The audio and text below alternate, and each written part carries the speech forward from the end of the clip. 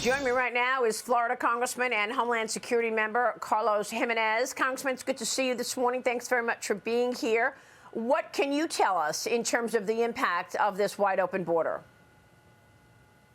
Well, the impact is, look, in Texas, Arizona, even California, I mean, the effects are devastating, especially in the border towns.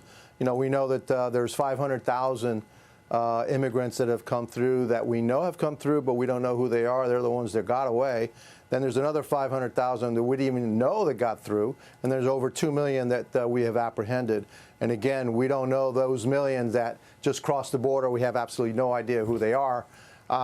We don't know who they are. We don't know why they're here. We don't know where they're going. And those really could pose a really big danger to the American people. Well, look, we have seen already ties to the crime spike in this country as a result of illegal migrants who have tried to come in before and then got in over and over again and got away. But I want to get your take on these reports. Border agents have told me that they believe that prisons are being emptied out in places like Venezuela, and these prisoners getting out of jail and they're headed straight to the border. Do you know anything about this? This is what border agents told me directly in El Paso. Yeah, well, we tried to get verification of that. We fear that that's exactly what's happening in Venezuela. It would not surprise us. Remember, during the Mariel boat lift back in the 1980s, Castro emptied his jails when that boat lift began. Now, many people were family members, and they went and they're legitimate folks. But that's something that the Castros did in Cuba. The Cuban regime advises the Maduro regime, and so it would not surprise me at all that Maduro is emptying his jails and sending them straight to the United States. It solves a problem for him. He doesn't have to take care of them anymore, and it also hurts his greatest nemesis in this hemisphere.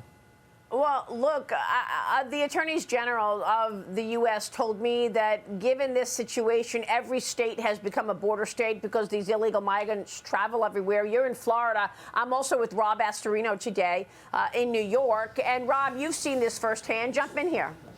Yeah, well, Congressman, they were flying them into Westchester County Airport and putting them on buses, and they were being scattered not only in New York City, and nothing from the mayor here while it was happening, but obviously in the suburbs.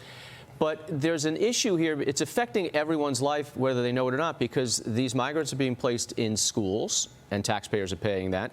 A lot of states, especially here in New York, are giving them free money and clothes and phones. And there's a real anger when people start finding this out, because it's like, who's the citizen, who's not here? The House has an opportunity to shut down the process during the continuing resolution and vote no. But the Senate will likely just go along and go along and go along. Don't you want to just run to the other side and say, what the hell are you guys doing on our team? Yeah, well, we need to take control of the House. We need to send a clear message to the Biden administration that their policies will no longer be tolerated. The American people need to send that message. And the message is by rejecting the Democrats and giving back control to the Republicans. We have a plan. It's part of our 4-point plan. We need to have a nation that is secure, and a big part of that nation that is secure is securing our borders. Look, we know what will work. It happened with the Trump administration. The Trump administration was able to reduce illegal immigration to the southern border by some 90%. The first thing that the Biden administration did was overturn all of those great policies, and now we have the chaos that is the southern border. And so we know what to do. We need to fund more Customs and Border Patrol agents. We don't need to fund 87,000 new IRS agents. We need to get more Customs and Border Patrol agents. We need to give them the tools necessary and the policies that work, that have worked in the past. They need to be restored. That can only happen when we start to take control of government again and take it away from the Democrats. First step is giving back Congress to the Republicans, and then in 24, we need a new president. Yeah, and that is why Kevin McCarthy said he's not signing any funding bill for the government unless there's money going to the border, funding Border Patrol. We are, 43 days away from the midterm elections, and the GOP has come out with their commitment to America. House Minority Whip Steve Scalise joined me yesterday and talked about that. Watch this. Most important about the commitment to America is we're showing the country that there can be a better way. We don't have to have this as the new normal where inflation is out of control, energy costs are unaffordable. We have a border that's so wide open. The commitment to America is just showing people if you elect Republicans to replace these Democrats who have been voting for socialism, we can actually confront these problems. And we're showing the country the bills we would bring to a Republican House floor to address all the problems that Joe Biden and Nancy Pelosi and their far left socialist friends have created. Yeah, and Todd Pyro, that is exactly why you are seeing the GOP come out swinging with 43 days before the midterms.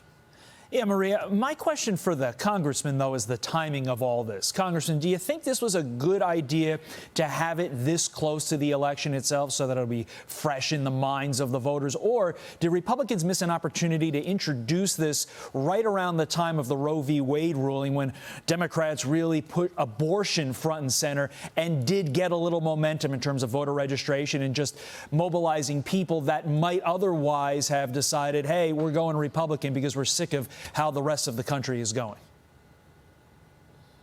Well, look, we put it out as soon as we could because we're actually working on this for close to, a year and a half. And so every member of the Republican conference has been working on this alongside with our leader. And so this is not something that you just, slap together and say, hey, here it is. No, we've been working on it for a long time, and this is the time that it was to release it because this was the time that actually the work was complete. We're actually serious about this. We're going to be implementing, the things that are a commitment to America. We need to reduce inflation. We need to stop runaway spending. We need to get energy independence. Look, I was listening to the report earlier, Maria, and you talked about what can we do to Russia. Well, we took away one of our greatest weapons, which is our energy. And we could be supplanting Russian energy with American energy. But the Biden administration, the first thing they did the first day was basically try to destroy the American energy industry, a great weapon that we would have at our disposal right now had it not been for the Biden administration. We want to make sure that parents, have a bill of rights, that they know where their tax dollars are going, that they know what the heck is being taught to their kids. That's a basic, necessity as a parent, as a grandparent. I want to know what's being taught to my grandchildren at school. We want to strengthen Medicare and Social Security. We want to strengthen our First Amendment right and our Second Amendment rights. And so this is a very comprehensive plan, and you just don't roll it out. Hey, we got to respond now to something that happened in the Supreme Court. We put it out when we could because, this was well thought out. The American people now have a clear choice between the Democrats and the Republicans, and it's the right time to put it out. Congressman, do you think that the government shuts down this week?